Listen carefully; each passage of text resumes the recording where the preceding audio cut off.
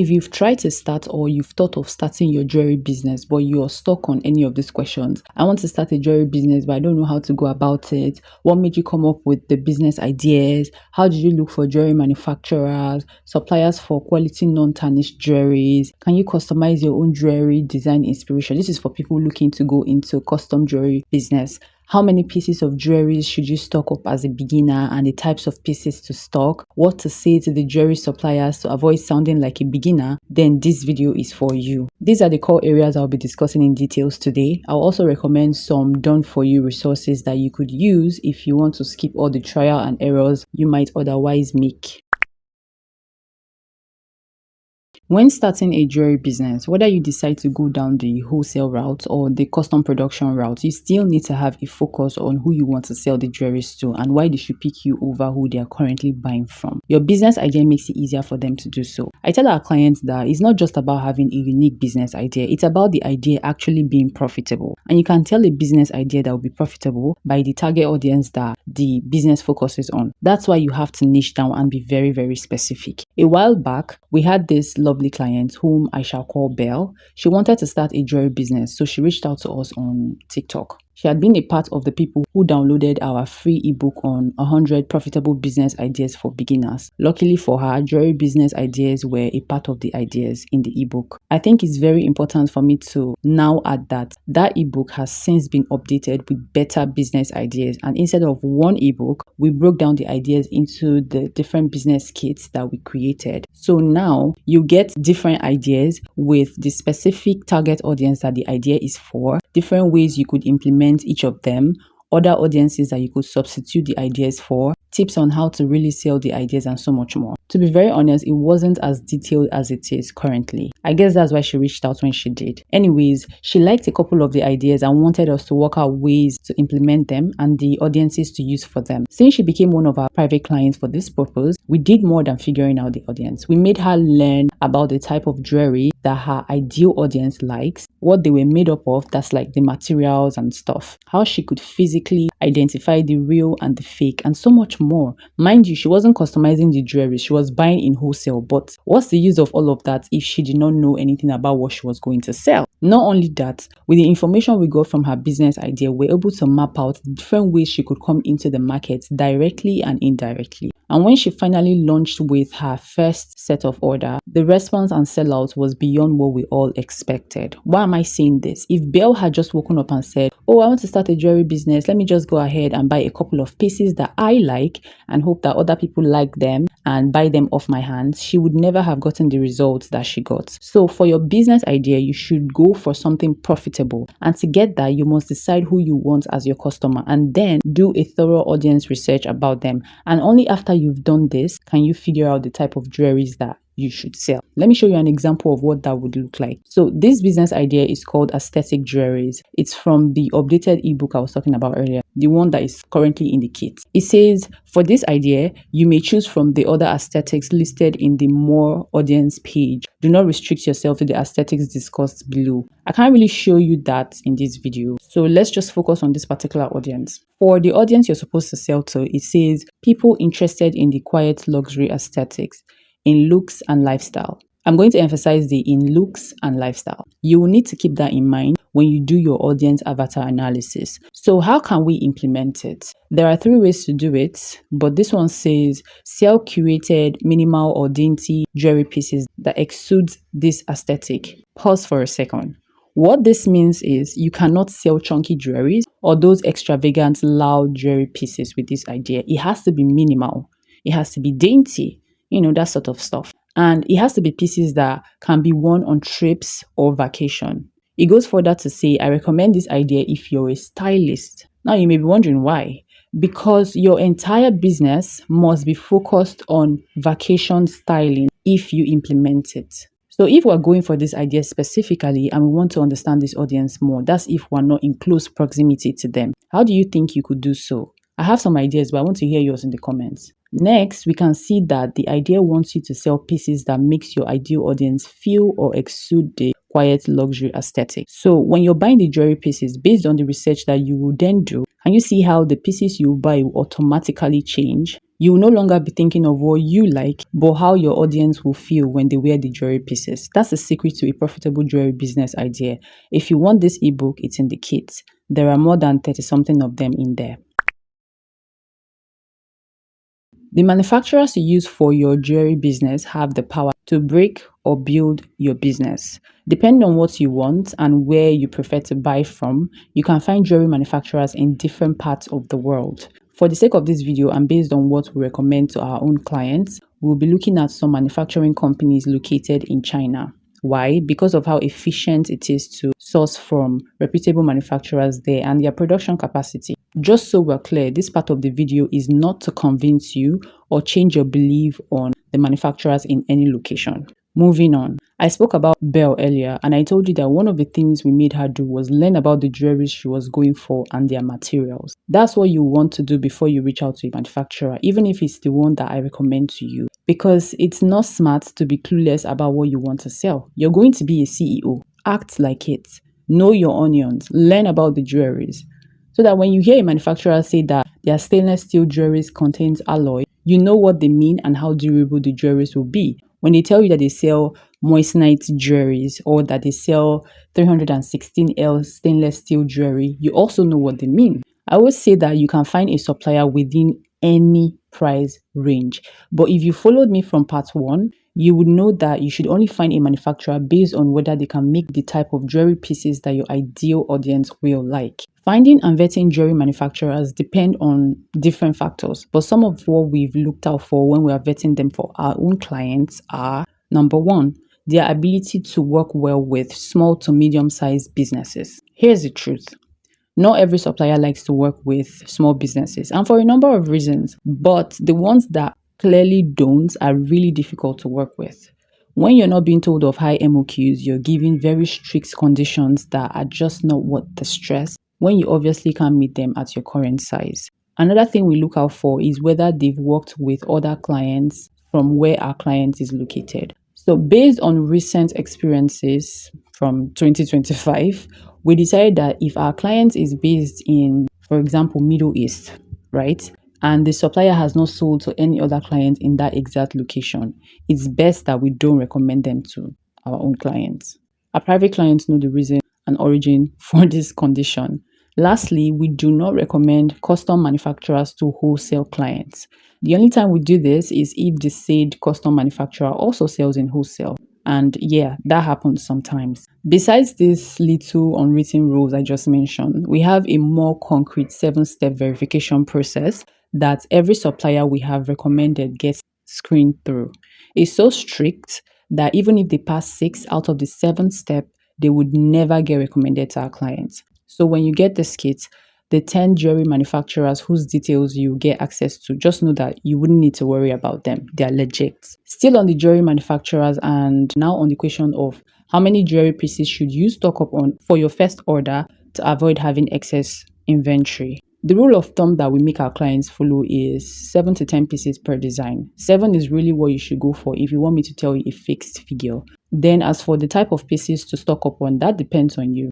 I wouldn't advise you to go for more than 5 to 7 designs, depending on what you're going for, but also because you're new. You want to test out the pieces that your audience responds to the most and buy pieces that are similar to that. Finally, and this is a tip that we give our private clients, don't restock old designs that are sold out if you're buying the jewelries in wholesale. Don't do it. It's a trap. If you don't want a jewelry manufacturer to take advantage of your newbiness or your beginnerness, then you need to know about them very well. Every time I see a beginner asking how they can mask that they are a new business, and if it's a video, I go to the comments and I'm reading where others are just saying, just be polite, just be natural, and so on. I find it weird. You can be all of those things and still sell yourself as a beginner. Here's what I think. You want to buy the jewelry, but you don't want to buy them at a price that you thought was perfect, only to find out that you could have gotten a better deal. That's really your issue. So here's what I'm going to tell you. And our private clients have probably heard this a billion times over, but you're there to do business. Everyone was once a beginner, including the supplier. They're not trying to single you out and give you the worst deal. You just don't know anything about the jewelries you want to buy, or you know about the jewelries, but you don't know how the manufacturers operate. And that can be learned. So this is what you're going to want to learn.